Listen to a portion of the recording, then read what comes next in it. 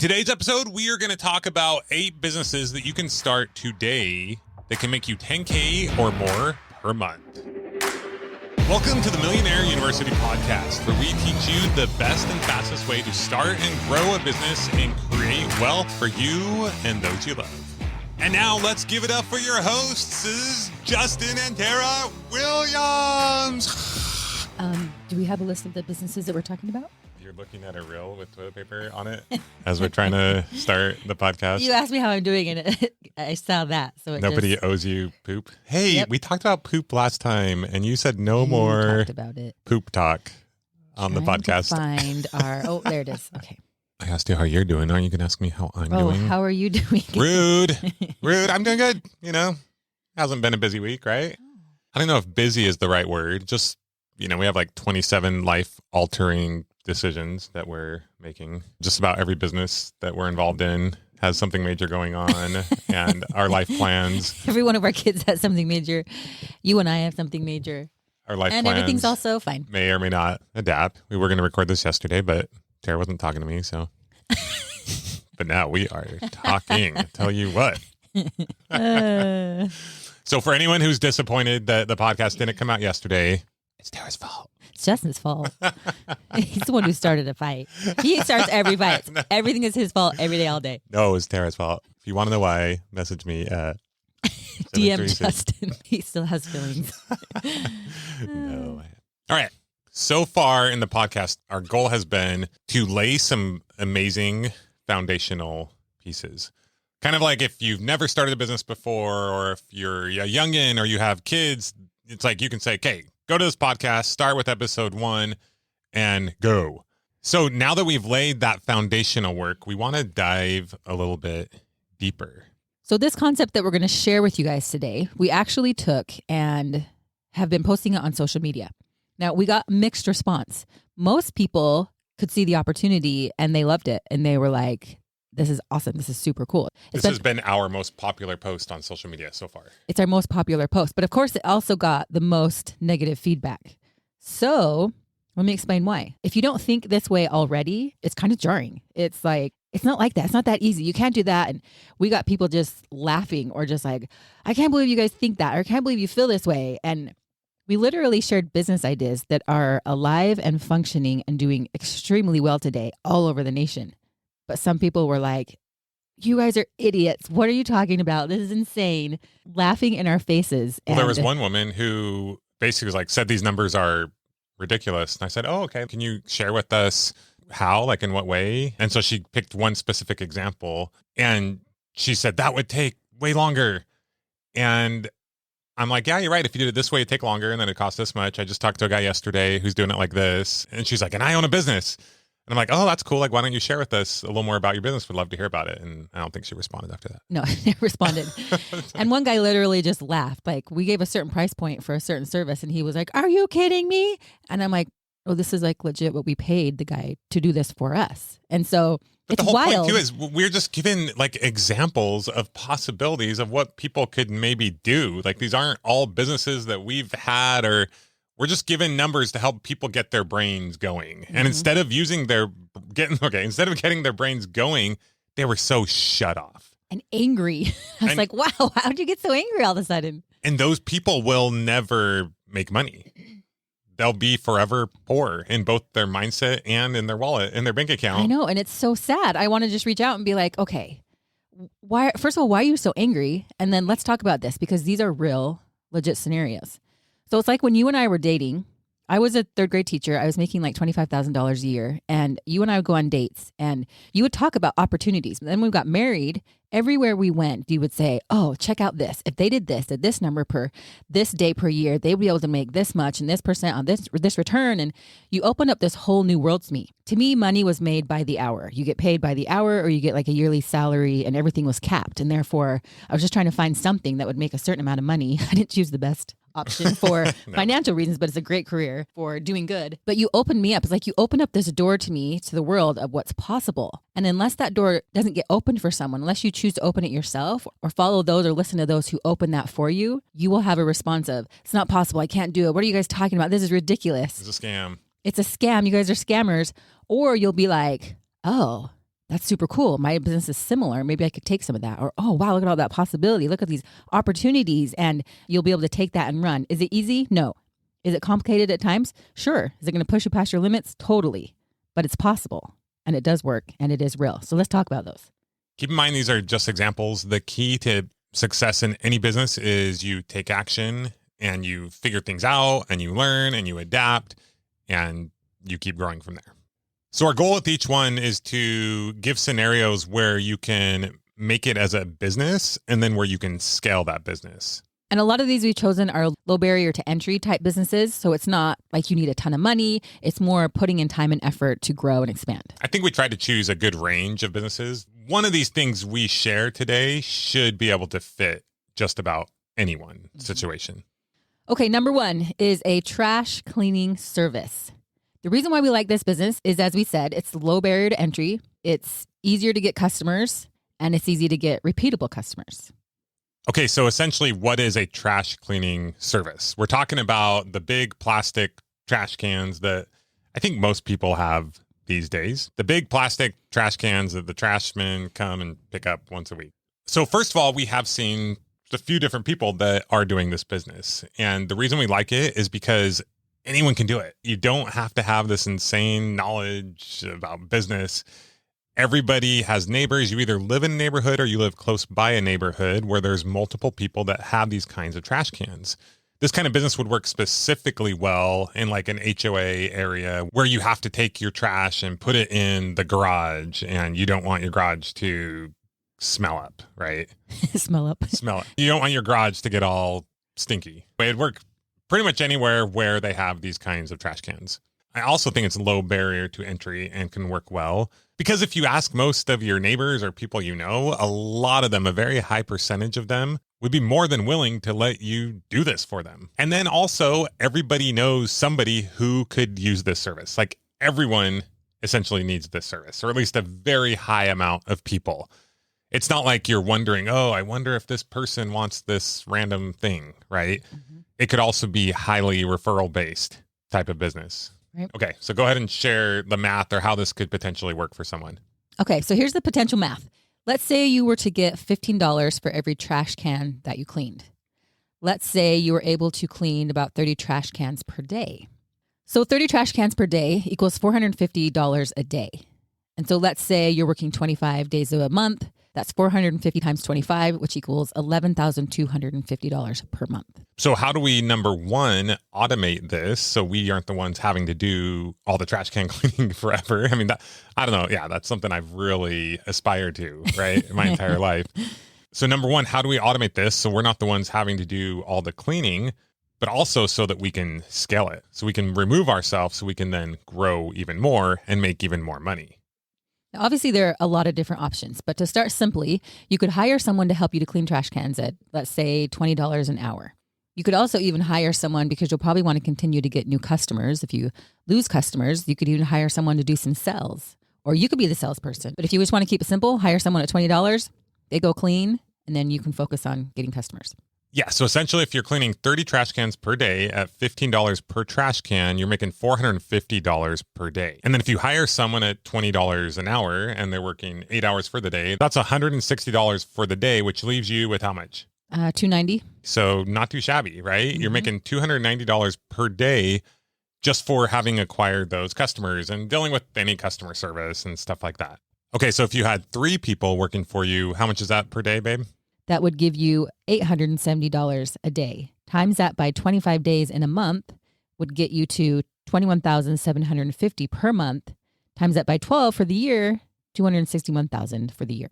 So once again, we're not saying this is easy. It's simple, right? The numbers are simple. The math is simple. You need to figure out how to acquire that many customers. It wouldn't start with that many. Mm-hmm. At first, you're just going to start getting a few, and then you're going to learn how to clean the trash cans and the kind of supplies you need. And by the way, you can literally look this up on YouTube. You can literally look up very specifically how to start a trash can cleaning business. And they'll let you know the kind of soap they use and the different things that they do. They might give you different numbers. You're going to hear from different people that have this similar business. And you can find out exactly how they're doing it. And then you can begin to do it. And then when you take action, you get back feedback that only you know about, right? Like it's very specific to you for your area, your personality, the way that you're reaching out to people. So it starts with you reaching out to some people that you know.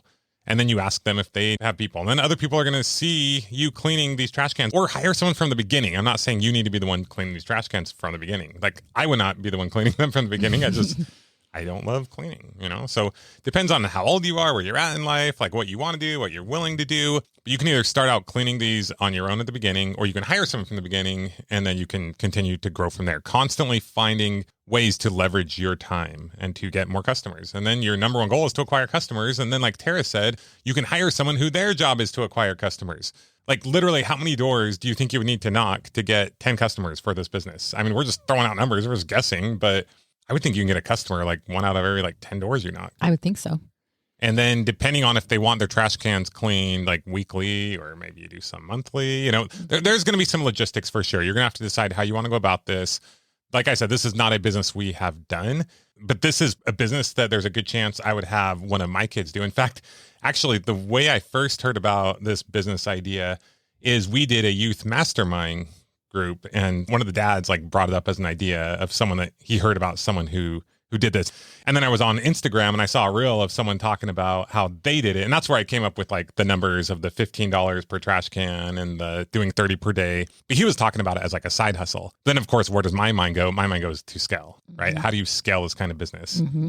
Before you know it, you have this business that's literally cleaning trash cans in every neighborhood in an entire county, and then you just keep growing it from there. Mm-hmm. So logistically, it would be a pretty involved business, but acquiring customers would not be that difficult, which is why I think it would be a great business for someone who's young or someone who's just starting off and wants to make some extra money.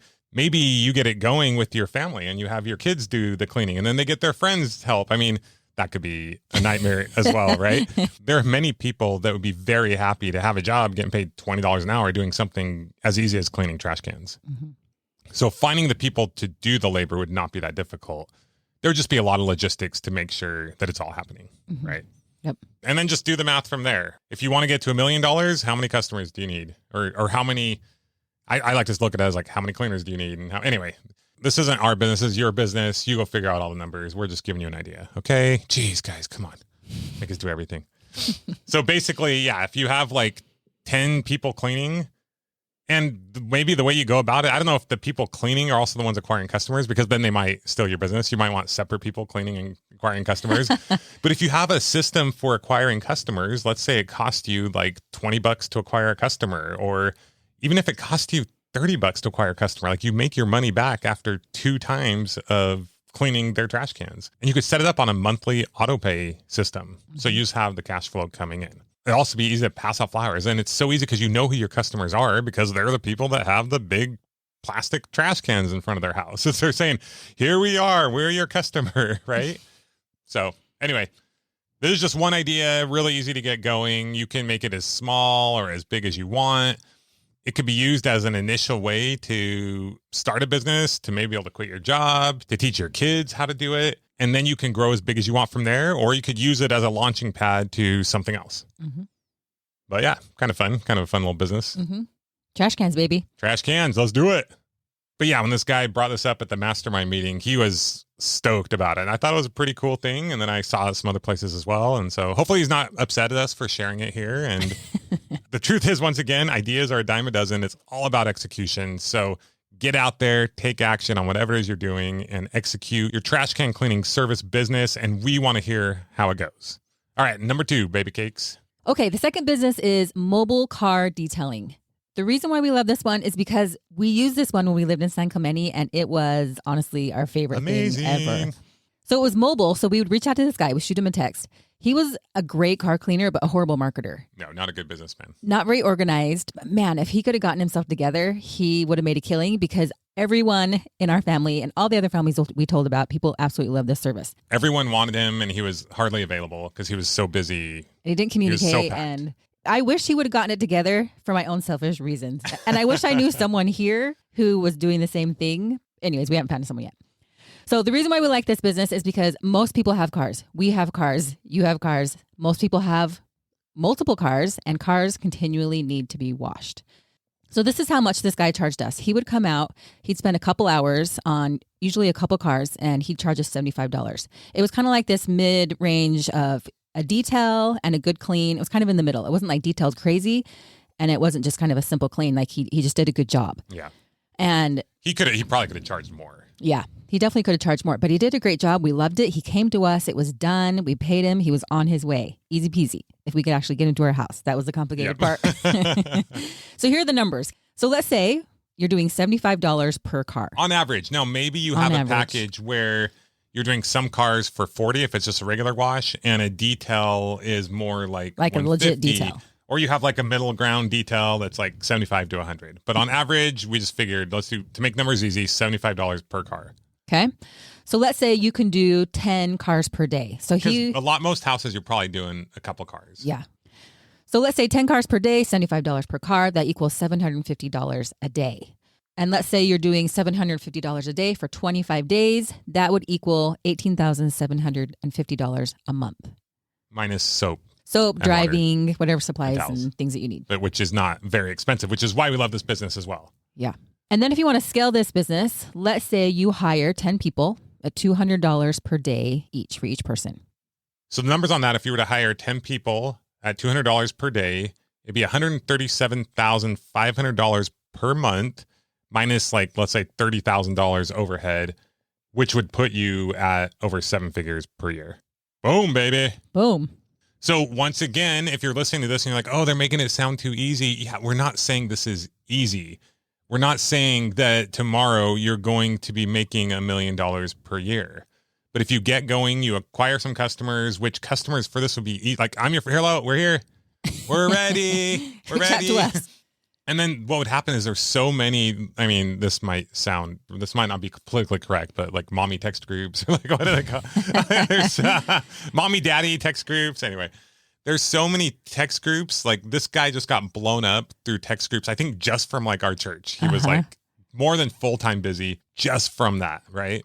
Same with a mobile guy who comes and repairs our car. He comes to your house to repair your car. We can't get him out here because he's too busy and he won't hire anyone. And we're like, dude, hire someone. Totally. Come on. Let's go. We want to give you our money. You don't want it? No? Okay, fine. You can see how you can make $10,000 per month doing this business. And there's so many different ways you can do it. Just run the numbers. I love running numbers. It's so fun. It's just like a fun hobby that I have. He does it all the time and I love it. But you can literally go do it yourself. You can take someone with you. You can just hire one other person to help.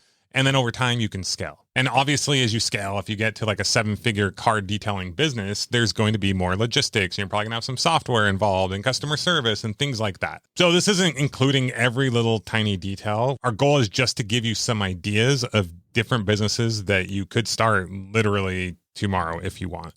And we'll be your first customers. Another reason we like this business is cars get dirty and they get dirty again and again and again. So what I would recommend is get people on like a monthly plan and a monthly schedule. That's another thing this guy wasn't doing that he should have done. And supply and demand, the more people that you have that want your service, the more you can charge, or you just get more customers. All right, number 3, swipe. Number 3 is a social media manager. The reason why we like this business is there are a lot of people that know how to use social media. There's also a lot of training on social media. If you were to study this topic for like a week or 2 or even a month, right? Like we go to school for anywhere from 4 to 12 years. If you were to consume tons of content on this topic for a month straight, like you would know so much about social media management. You would know more than 99.9% of the world about this topic. So from there, you can go do one of 2 things. You can maybe go work for someone for free for a little bit, like just to try to get a result. And then you can get a testimonial from them, which can help you get more clients. Okay, I should say one of 3 things. You can also post your information up on like a site like Upwork, where you can do freelance work for somebody. And then you get them a result, and then you get testimonials and reviews and social proof from them. And then that allows you to get more customers. Now we know of people, someone specifically who was a social media manager, and they started out just making a little bit of money. Then they turned that into 6 figures. And then they started teaching other people, and they ran a webinar to that, teaching other people how to be social media managers. And they grew a 7-figure business.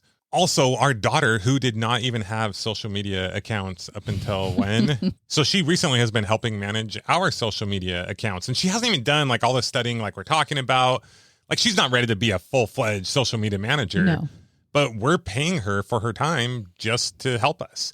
So another thing you can do is you can learn a little bit about social media. You can go work for another company for an hourly or for a salary. And then with time, you can start to get some clients on the side. And over time, you can start to do your own business and you can have a bunch of clients. And then when you have too many clients, you can hire people to help you and you can have a full-fledged agency. So once again, we're not saying this is for everyone. We're not saying everyone's going to do this overnight, but you can see kind of the process, how you start it and then you nail it and then you scale it. And there's lots of different ways you can leverage a skill like this. There are many, many businesses, many people that would be happy to use your services as a social media manager. And something that's cool about this is you're constantly improving your skill. So you're literally getting paid to improve your craft, to improve your worth, to be able to help more people. And it's pretty awesome. So here are some potential numbers on something like this. Let's say you've learned a thing or two about social media. Maybe you've worked for someone for a little bit, or you've done something for free for someone, or you just go for it because after you've learned, right? At the beginning, you can start charging probably around $500 per month. That might be a good place to start because you're not quite as experienced with what you're doing. So you start out, you get a few clients, and then over time you grow that to 20 clients, each paying you $500 per month. What's the numbers on that, baby? $10,000 a month, Boom. right There's on your the dot. $10,000 per month. Once again, not saying that's super easy to do, but as you continue to learn and grow and get results for your clients, people will refer you to other people, or you can ask for referrals. Or since you're a social media manager, you now know how to market through social media, and you create your own page and you create case studies and all kinds of fun stuff. And you could probably manage 20 clients on your own. I mean, maybe somewhere in there you end up hiring someone to help you out. But over time, as you get better, you can scale this by doing one of two things. You can take the education and knowledge that you've learned and you can teach other people how to do this, like we mentioned, and you can make money that way. Or you just grow it, and you do that in two different ways. Number one, you've gotten a lot better by now. So there will come a point where you can charge a lot more, like up to $1,500 per month, let's say. Now, these are all real numbers that we know of different people that are charging between these ranges to do this kind of job. So they're very in line with what people are willing to pay if they get someone that can really help them out. I mean, there's so much value if you're helping someone manage their social media accounts. Right, Tara? We know that, right? Yes, we do. If you can help someone grow their social media accounts, I mean, people can really track what you're bringing in, and to pay $1,500 a month for something so valuable is something that they will be able to do the numbers on and be like, yes, you're good at what you do. I don't have the time. I'm going to hire you. So over time, you raise your prices to $1,500 per month. You create some killer systems. You use some awesome tools that you've discovered as you've taken action and you've researched and learned and grew. You hire a couple VAs and you hire a couple managers. So these are how the numbers could potentially work at scale. Okay, let's say you get to where you have 50 clients. And these clients are paying you $1,500 per month. That would equal $75,000 per month minus, let's say, $20,000 of overhead per month. That gives you $55,000 a month. Boom, baby. Boom. Okay, the next one is kind of similar, but slightly different. And there's a chance that you end up doing both of these maybe, right? But what's the next one, baby? So the next one is digital marketing. You choose a marketing vertical, start with one client, and grow from there. Now, what do we mean, Justin, by a marketing vertical? So a marketing vertical could be, for example, you're a YouTube's ad specialist. I know several people that specialize in just teaching people how to do YouTube ads. They're really good at it, and they help their clients make a lot of money just doing YouTube ads. You could also do Facebook ads. You could be an expert at LinkedIn. You could be really good at Twitter growth or building funnels or creating copy. Or I was talking to a good friend yesterday and she builds quizzes for clients. I mean, there are all kinds of things that you can do, all kinds of verticals. That or you can SEO, or the list goes on of all the different things that a digital marketer can do. So kind of similar to the social media manager, the way you would go about this is maybe you already have some experience with digital marketing. If you don't, do one of two things. Start studying everything you can. We live in the information age. Like, you do not need to go to a college classroom and go take like 27,000 classes. And then now we're going to teach you one class about digital marketing. It's like, no, paid $27,000 a year. It's digital marketing. Like, it's online. You just find it. Like, there's so much content you can study. Like, if I gave you a challenge to just go study one vertical for 100 hours, it would be insane, like the knowledge that you have. then you approach someone like us. Like you can literally reach out to us. If someone reached out to us, Tara, and they're like, okay, I listened to what you guys said. I studied this thing for 100 hours. Can I do some work for you for free or even like minimum wage or whatever and see how it goes? How would we respond? Yes. I would be like, okay. Like, right. So you work for them for free for like a few weeks, whatever. And you only, it's not like full time for this whole time, right? Yeah. You're just trying to get them a result. And then once you get them that result, they give you a testimonial and you build this website and you build a funnel to that, right? Like, and it gets really fun. It's amazing how much you can grow a business off one person, one client that you get results for. You get results, market that because what people want are results. So what are some prices that we have paid digital marketers and or seen digital marketers charge? I mean, the range is huge, right? It can be very small. It can be very large. But let's say you charge $2,500 per month to do your services. Yeah, I remember when we first started our first education business, we hired that one guy who I'm pretty sure he had been doing it for about a year at that time. We were paying him $3,000 per month. And I don't know how many clients he had. He had several clients though. So we were paying him $3,000 per month. And then there was another time we paid another guy like $10,000 per month. Are you talking about the guy who did Facebook ads for Yeah, $3,000? the guy did Facebook ads. So he was, I'm intentionally not saying names. But he was $3,000 per month. We've paid another guy $10,000 per month. And recently we were looking into another person who does Facebook stuff for $5,000 per month. I mean, we're looking into video editors who charge like $5,000 per month, $2,000, $10,000 per month just to edit videos. Like there are so many marketable skills right now that take time and people need someone to pay to get their time back. Totally. But yeah, if you can show someone how, okay, by doing this thing, I can get you this ROI, you know, you want to start thinking of yourself as not just an employee, but as a rainmaker. What do I mean by rainmaker, Tara? Okay. I mean, I don't know what you mean by it, but I'm interested to hear what you have to say. Rainmaker, AKA someone who brings down the rain and thunder, AKA someone who brings down money, someone who helps you make money. Like, let's say you're working with someone who has product that are up to like several $1,000s and you can show them how you can get them 10 more sales per month. You're going to make them another $100,000 per month. They're going to be happy to pay you $5,000 per month, right? Right. So anyway, needless to say, what are some of the hypothetical example numbers that we came up with, Tara?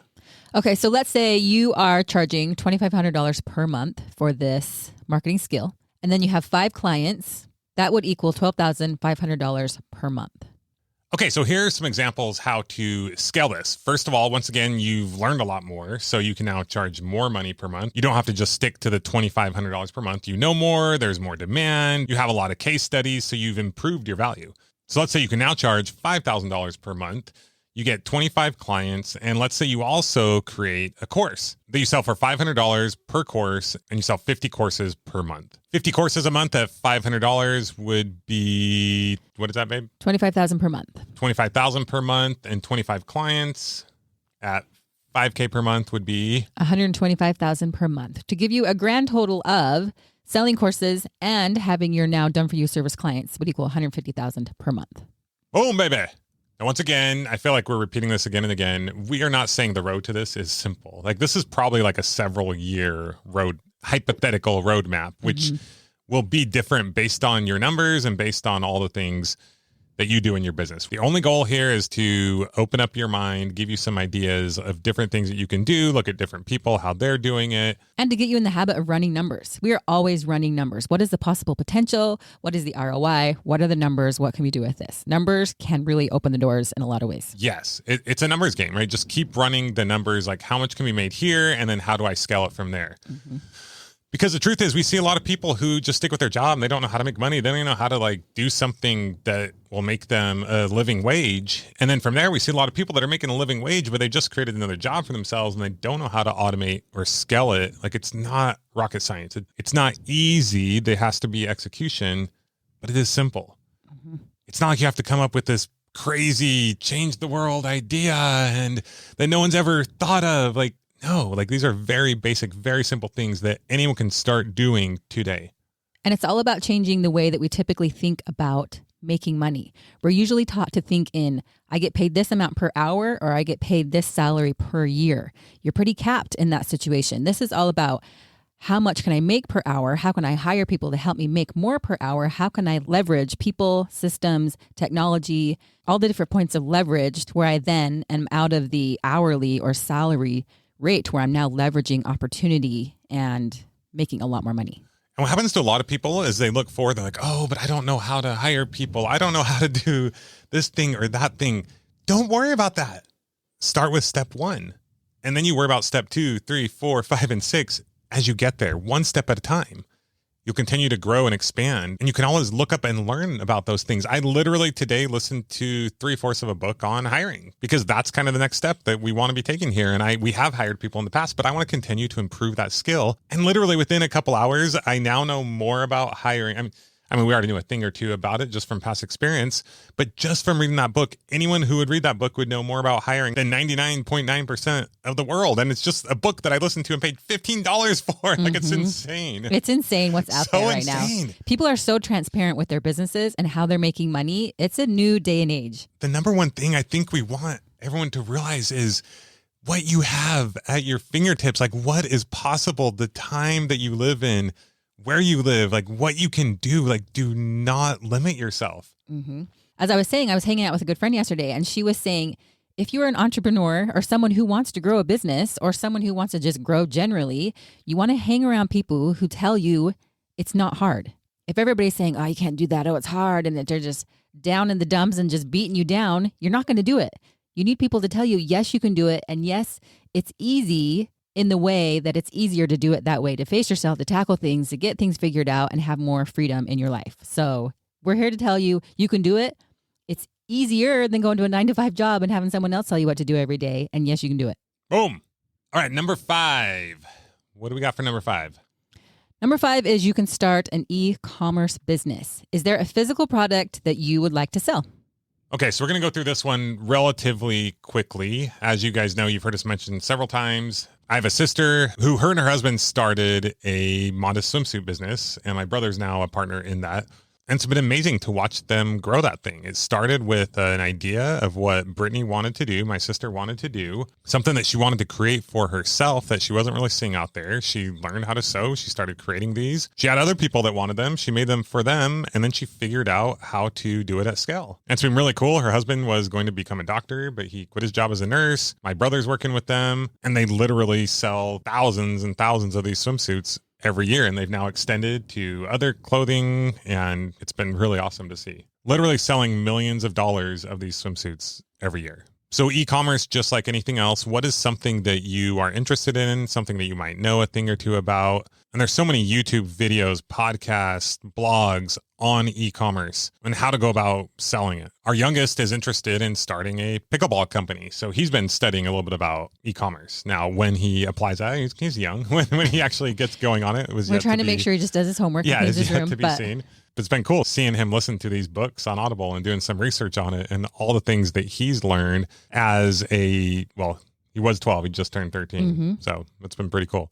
Yeah, but what is a product that you are interested in? You might have some knowledge about it. You could start talking about a specific subject and then you could sell the thing, or you can start selling it and then create it, or you can create it and then start selling it. My one recommendation there would be to not invest too much money on product development before you start selling it to help mitigate risk. Now, if you've done a lot of research or you've done something like this before, you're partnering with someone who's done it, cool. You got your bases covered, but just don't go out there. I have seen it done where people will go out and they'll spend hundreds of thousands or millions of dollars on product development and something just doesn't totally work out how they plan. And you just don't need to run a business that way. So don't take that unnecessary risk. It's not needed.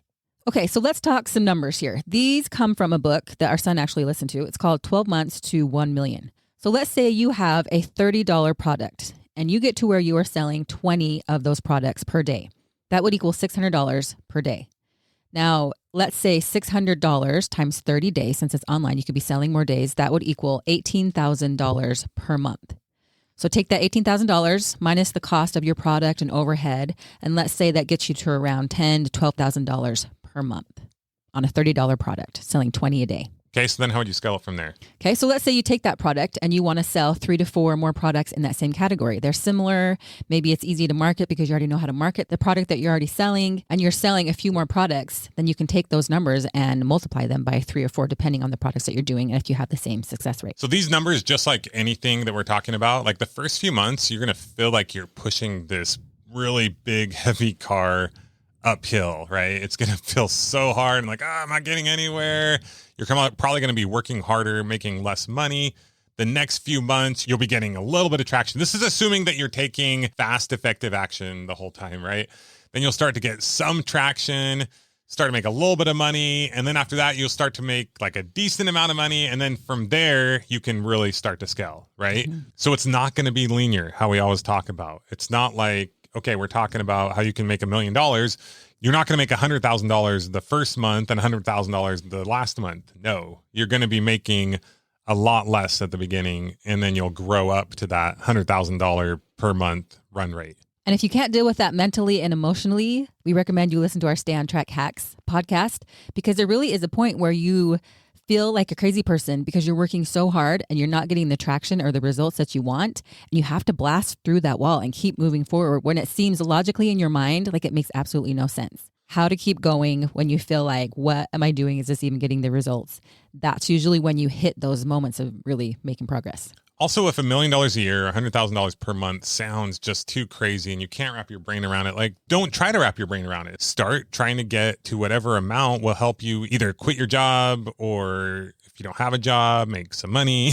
Like, whatever will help you get to what works for you, to where you're paying your bills, and then you're making a little bit of excess, and then you can continue to grow from there. Like, just take it one step at a time. Okay, number 6, SaaS. Sassy girl. I got a sassy girl. Yeah, you do. Now, SaaS stands for Software as a Service. Now, I think this is super cool. Software has a lot of potential, and I feel like every time I turn to my computer or look online, there's a new software popping up, and I love it because I love software. They make my life easier. They make solutions much more simple, and I feel like people are just getting smarter and smarter with software. We have a software company right now, and so we've had some experience in this and we're learning a lot of different things, but software is it's a pretty powerful way to make money and also make life better for everyone. Something that's cool about software too is what's called continuity, which means, once again, a lot of these businesses that we're talking about, they're paid monthly. So it's not like you go out, you catch the fish, and you just got to go like catch another fish. It's like you have this thing, you've created this machine, this system, this process that pays you again month after month. And that's fun. It's fun making money month after month, right? It just helps it be more predictable and know the amount of money that you're going to make. It's like what they refer to as like virtual real estate. But instead of making, a couple $100 per house, you can make, well, I guess you're still making a couple hundred, but it's like everyone can live in the same house and they'll pay you rent. You know what I mean? It used to be back in the day that when a software product was made, it was made for a certain company and they'd charge them hundreds of thousands of dollars, and it was just for that company. I forget which companies started turning it into where it was like, oh, you now license this software. We're going to make this software, but you can all use it. And that's when SaaS was born, and it became more affordable for the companies. It became a better solution for the consumers, and it was just a really big win-win. So SaaS is awesome for so many reasons, and SaaS can be a business on its own, or it can be coupled with education or other products and services. Right. Like Tara said, we have a little bit of experience around this, and there's different ways that I would go about this. Now, you might be saying, well, I don't know how to develop software. Well, do we know how to develop software, No, Tara? we do not. Not even close. I hardly know how to open my computer. Okay, I can open my computer, but I can't open any apps because I don't know passwords, and I don't like paperwork, and I don't like, anyway. Yeah. So if you're going to start a software company, there's a few things you need. You need a developer or a developing team. You need someone to sell the software. That can be either like a sales team, or it can be a digital marketer. Hey. Digital marketing, right? Design is also an important component. It's something you could probably hire someone to help you out with. And then you need someone to kind of put it all together, like the leadership type role, right? CEO, COO, whatever you want to call it. Now, you can have all of these things, or you can have some of these things. You can do this in so many different ways. So the first question you want to ask yourself is, what do I bring to this equation? Are you good at marketing? Are you good at sales? Do you have capital? Do you know someone who has capital? Are you a software developer, or are you going to be the one to bring it all together? There's so much value in being the one to bring it all together. I think the main way I've made my money, Tara, is just by like bringing people together. Do you remember I used to tell you when I was younger, I was supposed to do certain jobs, but instead of doing my jobs, I would figure out ways to get my siblings to do my jobs for me. Like I'm not very good, or there's a lot of things I don't like to do. But because of that, it's caused me to get other people to do things for me, which come to find out is a very lucrative career. Talent. Yeah. It's like you literally, okay, you didn't graduate from college, as we all know, but you got 3.5 years through college and you didn't even know how to type. I'm like, I feel like I'd written 72 million essays. I'm like, how do you not know how to type? He's like, the pointer finger's like, ding, dong, ding, dong. He's a pro typer now. But I've gotten a few people do my papers for me. Skills. Right, to not do them for me, to write them for me. Is this a confession? Do you have a confession? No, but that's wild, right? It's wild to think that I did not know how to type, guys. We started our first business. I didn't even know how to type. I was hunting and pecking, but like not very well, very slow. But I got other people to help me out. And then once you realize how much money can be made by being a fast typer, you increase your speed exponentially. Yes, I did. But you can do the exact same thing, right? Like it probably took me a good month to really feel okay with typing. But I was doing was it Mavis Beacon or whatever? Yep. I was just every day just getting on it, doing it, and then practicing, obviously, through sending a bunch of emails. It literally, I know we're kind of getting off track here, but do you remember it used to take me like a couple hours to write an email? Yeah. Not only did it take a long time to do the hunting and pecking, but then like I would have you read it and then I'd rewrite it and think about it. Like now it's like email, right? Like it's crazy, but that's where we started. You got to start somewhere. You got to enter the corridor, enter the gate, enter the whatever, and get going and keep going. Let's go. Do this. Come on. Okay. So back to Sassy Pants here. I love SaaS because you can join up with all these people. You can give out equity or you can pay someone. It just depends on if you have a money component or you don't. But let's say you team up with someone who develops software. You team up with someone who's going to sell it. Maybe on your team, you have a software developer, you have a marketer, you have a salesperson, and maybe you have a designer. And then you have like the person putting it all together. If you don't have people who want to team up or you don't want to give away equity, then you need to find the money for that. Or maybe you have the money or you know someone who does, and then you make them a partner as well. So you can share an equity, you can pay someone, you can hire salespeople, you can pay commissions. Like there's so many different ways you can go about this. Now, this sounds kind of familiar, right, Tara? You're like, oh, this sounds like the idea Justin had many years ago when we started our software company, which actually our software company started out as an agency and then it morphed into a software company. But that's another story for another day. So I had the same idea. Let's get a salesperson, let's get a marketer, let's get a developer. Essentially, like that's kind of what it came to. Now, what I would recommend before you just give equity and or pay everyone, I would choose one or the other, or maybe people get paid less, so they get less equity, right? Like just figure out what works for everyone. But if you are paying someone and you are giving some equity, make sure that that equity has to be vested. And what do I mean by vested? Let's say you have 4 partners, so you each have 25%. They don't automatically just get that equity. They have to earn that equity based on reaching certain numbers. So let's say one of your partners is a salesperson and they're going to be a partner. They might get 5% equity. They might get 10, they might get 15, they might get 20. If they're not getting paid, they're going to require probably more equity, right? That's how you're going to get them in. First of all, they have to be in a position where that works for them, right? Mm-hmm.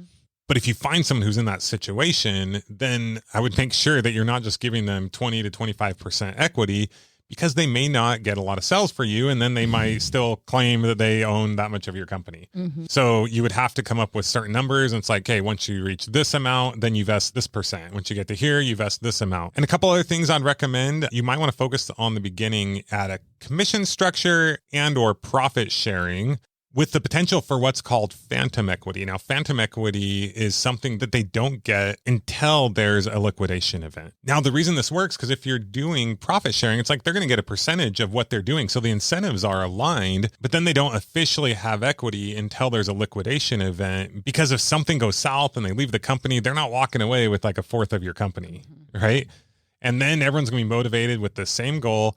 And there's also, look, I'm not an attorney or an accountant or anything like that, but I'm pretty sure if you give someone a bunch of equity, then they have to pay taxes on it or something like that. And then they're paying taxes on some. Anyway, I don't know all those details. I've done a lot of research on this because this is how I do it. If I do it differently, and or when we continue to grow our businesses in the future, we'll make sure we do some things like this. Like from now on, every single person that we ever work with who has a chance of getting equity or profit sharing or anything like that, it'll all be vested, it'll all be in a contract, it'll all be written out. And there's just lessons from things that we've learned. Anyway, I know we went on a tangent on that a little bit, but a helpful one. Yeah, a helpful tangent. Hopefully there's some good nuggets for you there. Okay, so let's talk about some potential numbers with the SaaS product. Okay, so let's say a subscription to your software costs $100 per month for a client. And let's say you get to a point where you have 200 clients. Now, this would take some time, obviously, to get up to, but 200 clients at $100 per month would equal $20,000 per month. Okay, which is awesome, right? That could definitely take care of you. And let's say you have a partner. So someone's building it, someone's selling it, and you're each making a cool $100,000 per year. Now, of course, at the beginning, especially, you're going to want to put a lot of that back into the business, but you could see where these numbers can get pretty awesome. Okay. And then from there, how would you scale that? Software is pretty incredible because as you get more clients, you are getting people who are paying you every single month. And your monthly recurring revenue, MRR, it can increase every single month. And so let's say you charge a little more for your software. Maybe you're adding additional features and you get more clients. You hire a sales team who are consistently bringing in more clients per month, and you get to 500 clients. And now your software is $300 a month. That would now be yielding you $150,000 per month, which is pretty cool. Yeah, software is amazing when you think about it. Mm-hmm. It's to me, I look at it as, I think I mentioned this already, but it's like building a house and being able to sell that house again and again and again, or have like as many people live there as you want and pay rent. And they're not stepping on top of each other. They're not crowded. Like they all have their own house within the house and everybody's happy, but you don't have to keep rebuilding the house. You just have to maintain the house, right? Maybe add some features, maybe clean some things up here and there, but it's pretty incredible. Yeah. So over time, you can add more features. So you can get to the point where you're charging $300 per month. And if you have 500 clients, then that puts you at 150. You mentioned that, right? Yep. The I sure did. $300 per month. Okay. Sorry. And obviously there are all kinds of different forms of software. So $100 price point it really depends on the software. You could have a smaller price point with a lot more customers, a higher price point with fewer clients, or both. It really depends on what you want to do with it and how you take it. And there's this guy that Tara and I have been following that we did like a Twitter course from or something like that. And this guy, I don't know how long he's been teaching about marketing and stuff. It's probably been like a couple years. I don't know. Mm-hmm. But he just started learning things. Then he started teaching what he learned. And he would do these like 1 hour to 2 hour long master classes where he would teach people what he learned, like make a few thousand from teaching those. And now he's combining a lot of those things and doing like mastermind groups and all this stuff. And he recently launched a software company and he's killing it. Mm-hmm. And why is he killing it?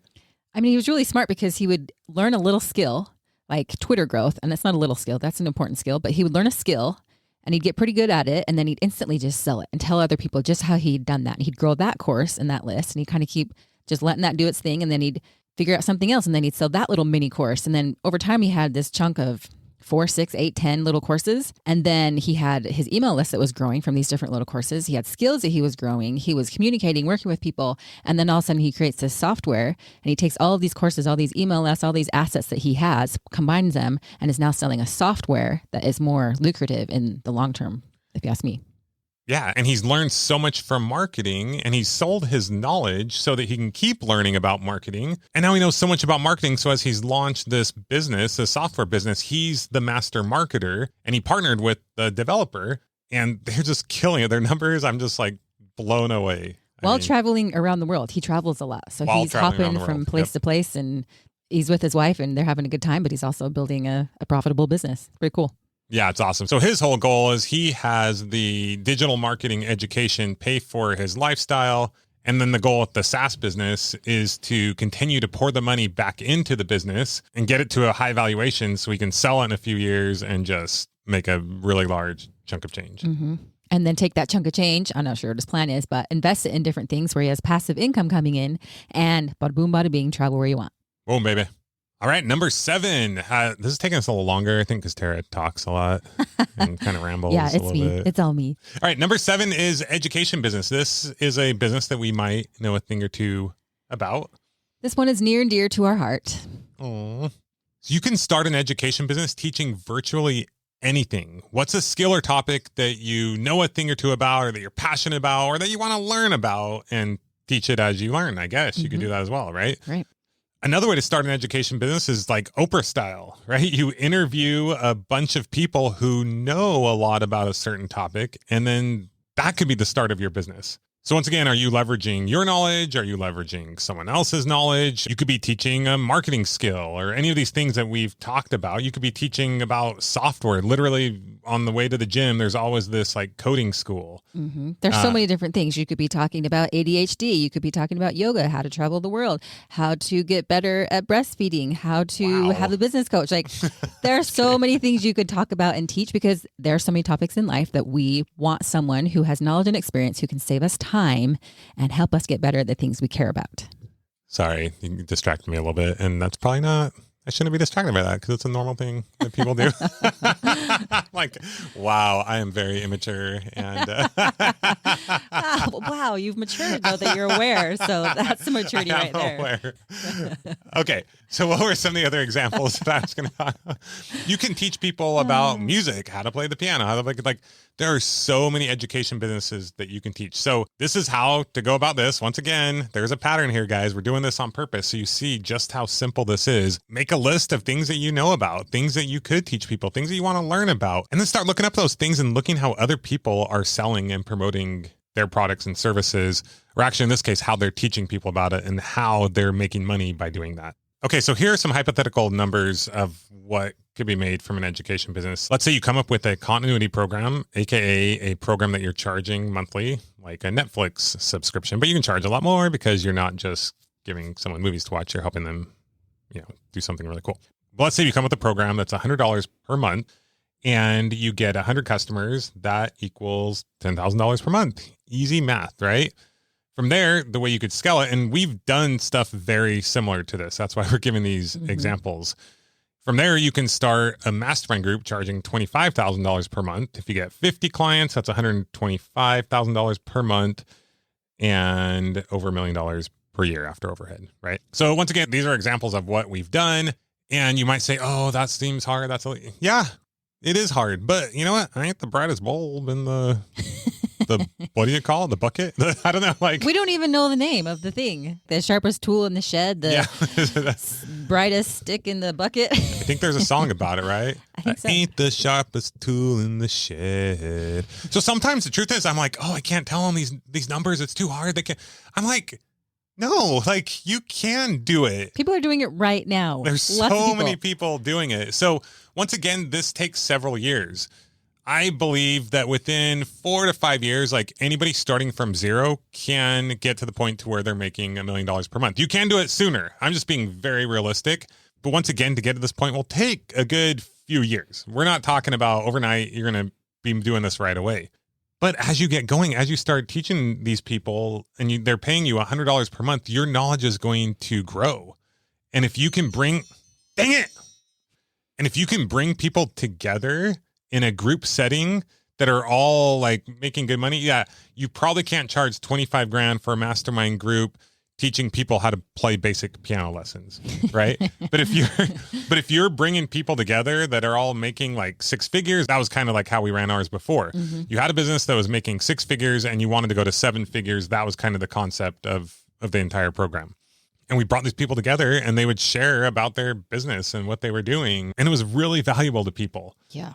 And they were happy to pay $25,000 for that. I know of many people that have mastermind groups that range anywhere from 10, 20, 30, 50, 100, 250,000 a year.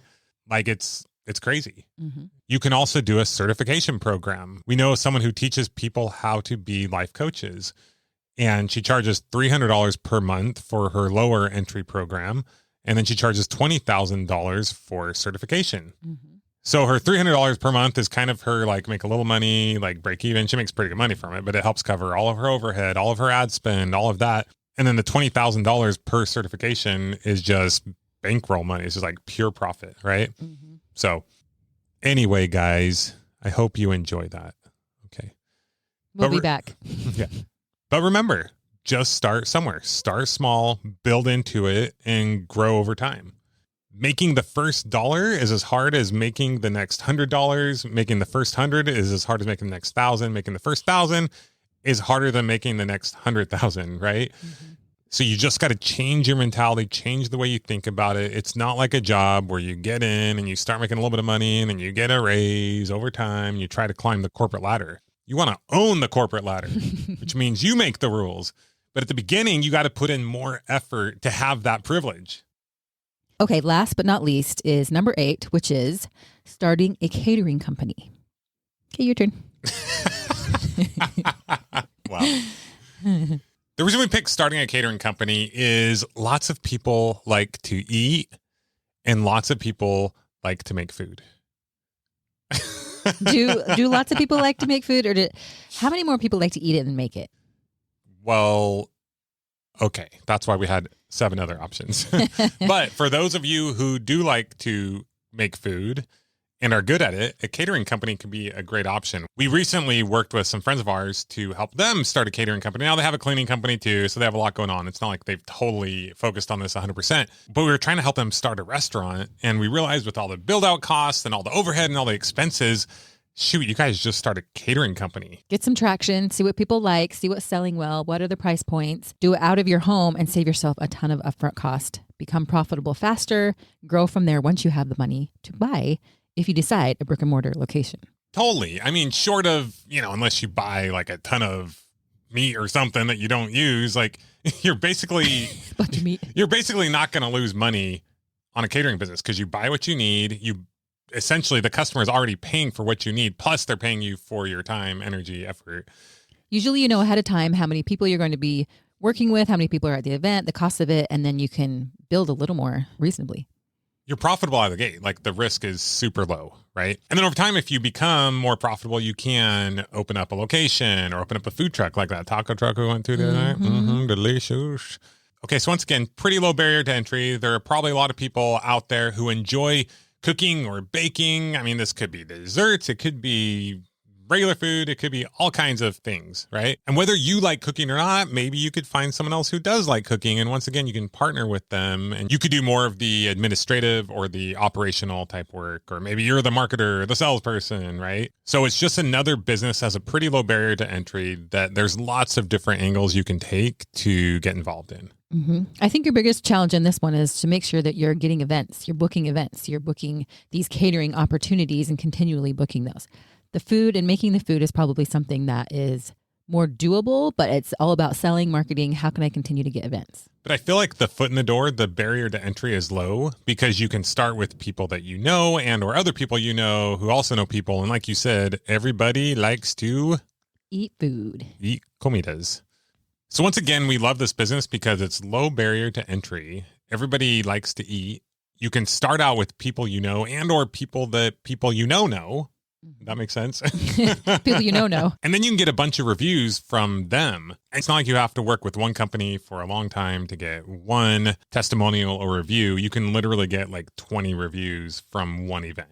So pretty epic. So if you get a bunch of reviews on Yelp or Google, for example, like all you have to do is set up a Google My Business account, which is free and easy to do. And then you'll show up in local search. And if you have a bunch of people review you on Google, telling everyone how amazing your food was, then when people are searching for catering companies or food, you're going to show up and then bada bing, bada boom. But I wouldn't just rely on that. You can hand out flyers. You can get referrals. This is another one that's great for getting a bunch of referrals. All you have to do is ask people if they know anyone who likes to eat or if they're having a party. I would also try to work with local businesses. There's so many different angles you can take here. And once again, you can be involved in this directly or you can hire it out to someone else. All right, Tara, do you want to run over? All right, Tara. All right, Tara, do you want to go through some of the numbers? Okay, so let's say in your catering company that you charge $40 a person. And let's say you have a 20-person average per event. So that would equal about $800 per event. And let's say you were able to book 25 events per month. Now, you're not going to start out with 25 events booked per month. It's going to take some time to build up to that. But once you do, you can be making $20,000 per month. Now, obviously with food, there's overhead. And let's say half of that goes to overhead in creating delicious food. And that's where we arrive at our $10,000 per month number. Okay, so then let's say you want to scale it. You can branch out to other locations. You could open a physical location like we're talking about, or even get a food truck. And if that does well, possibly even do a franchise. Now, this would take time to build and nail it, then scale it, and then be able to create a franchise. Yeah, and well, to scale something like this, you essentially just do more of what's working. Mm-hmm. Like maybe by now you've been running some ads and those are working well. And you can branch out to other areas, but the truth is you can do a lot of catering business in one city and make a lot of money before you need to go to another area, right? And then, just like anything, if you do build a successful catering business, making 6 figures a year, what else can you do? You can teach people how to do that. You can literally create a course or a program teaching people how to run a catering business like this. Maybe you develop some software to help people run their catering business. The possibilities are endless. All right. So we have given you 8 different businesses, 8 different ideas of how to start a business. And within each one of those businesses, there are a multitude of variations that you can take and use that fit you, your situation, your financial situation, what time you got, what experience have you got, who you're working with, and create something for you that within an amount of time, if you're willing to put in the time and the effort and to learn and to grow, can be making you $10,000 a month. That is pretty incredible.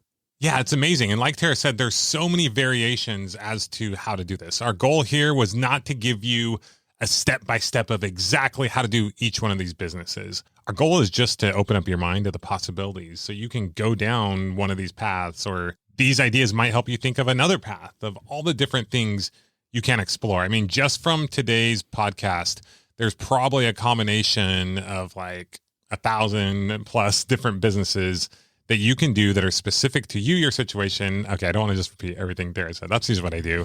I just repeat whatever she says. So. But there's so many different ideas, different ways you can make money that are specific to you, your situation, and your interests, right? So just pick one of those and go with it and try it out and see how it goes. And what's cool about these ideas is most of them, I mean, some of them are different than others. Like if you're going to do a retail product and you create a product, okay, that takes a little more, or create a software product. But for the most part, these are things that you can do and you can try, and then you can adjust and adapt, and you don't have a lot of sunk costs or upfront risk. You can just try something out, see how it works, and then keep going and growing over time. Well, that brings us to the end of another amazing Millionaire University podcast episode. So sad. This ended up being a little longer than I thought. Gary, you were right. I probably should have broken them up into to several episodes, but hey, we like to over-deliver, right? That's right. Do you have anything to say in closing? Psst. Free business course. Well, what do you want me to say about it? I want you to tell them to go get it because it'll be good for them and where they should go. You say it. Trying to be a little subtle here. If you have yet to get the free business course that we have created for you at millionaireuniversity.com/training, go get it. What you waiting for? There are over 300 business ideas that we put even on a PDF in that free business course. So you can check that out. If you're thinking, well, I don't want these 8, I need 300 more, go there and check it out. If someone were to take this podcast episode with all the nuance that we talked about for each one, and they were to go look at those 300 ideas, how many different ideas do you think they can come up with? Way too many. Because all you need is one. 10,000. But don't come up with 10,000. Just go with what your heart is calling to you. Is what your heart is calling to you? So go to millionaireuniversity.com/training, get your free business course now while supplies last, and we will see you next time. Adios, muchachos. Adios, muchachos, especially if you're starting a Mexican catering business. Please do. Go do it. Your friends. Yeah. Just kidding. Oh, all right. Should we go get lunch? We just ate. Should we go get dinner? Yes. Let's do. Go see what our kids are doing. Yep. All right. Hey. Bye. Bye.